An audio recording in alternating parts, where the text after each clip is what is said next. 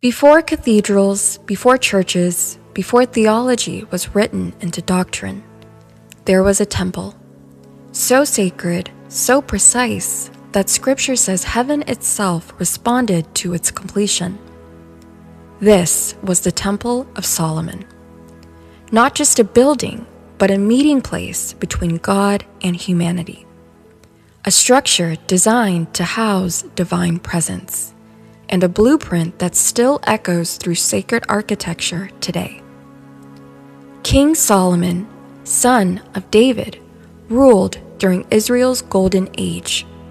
Scripture describes him not as a warrior king, but as a builder, philosopher, and mystic.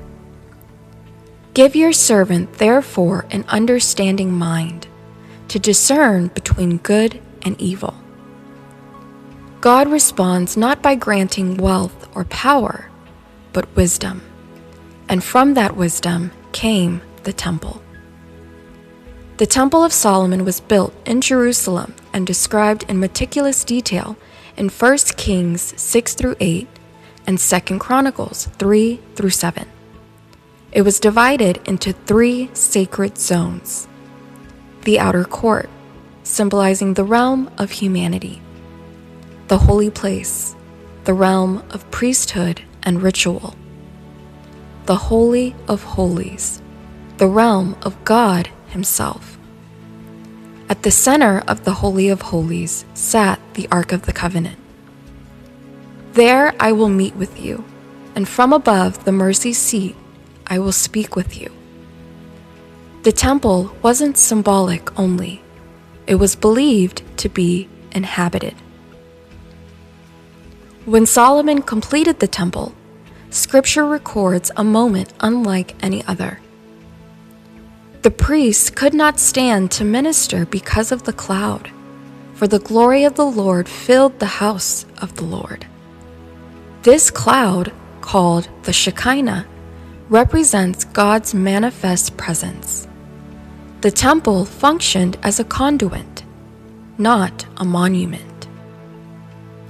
The temple's measurements were not arbitrary, built using repeating ratios, heavy use of gold, cedar, and bronze, and decorated with cherubim, palms, flowers, and pomegranates. He carved all the walls of the house round about with carved figures of cherubim and palm trees and open flowers. These were not decorations. They were cosmic symbols. Cherubim symbolized guardians of divine thresholds. Palms symbolized life and resurrection. Flowers symbolized unfolding creation. The temple mirrored Eden, suggesting humanity's return to divine communion. Outside the Bible, Solomon becomes a legendary figure. Jewish, Christian, and Islamic traditions all attribute to him command over spirits, knowledge of nature, sound, and language, mastery of sacred names. And Solomon spoke of trees, beasts, birds, creeping things, and fish. Later texts, like the Testament of Solomon, portray him as a keeper of hidden knowledge, reinforcing his role as a bridge between heaven and earth. In 586 BCE, the Babylonians destroyed Solomon's temple. They burned the house of the Lord and broke down the wall of Jerusalem. The ark disappeared.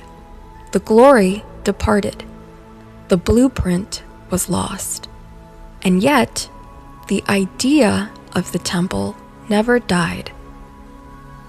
Jesus later says something radical. Destroy this temple, and in 3 days I will raise it up.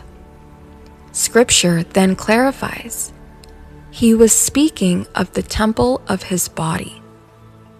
And Paul echoes this. Do you not know that you are God's temple? The temple moves from stone to flesh to spirit. The Temple of Solomon teaches us God seeks relationship, not buildings. Sacred space is designed, not accidental. And humanity was always meant to host divine presence. The blueprint wasn't destroyed, it was transferred.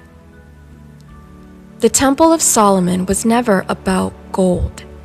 It was about alignment. When wisdom builds, when intention is pure, when heaven and earth agree, glory descends. And the true temple was always meant to be alive.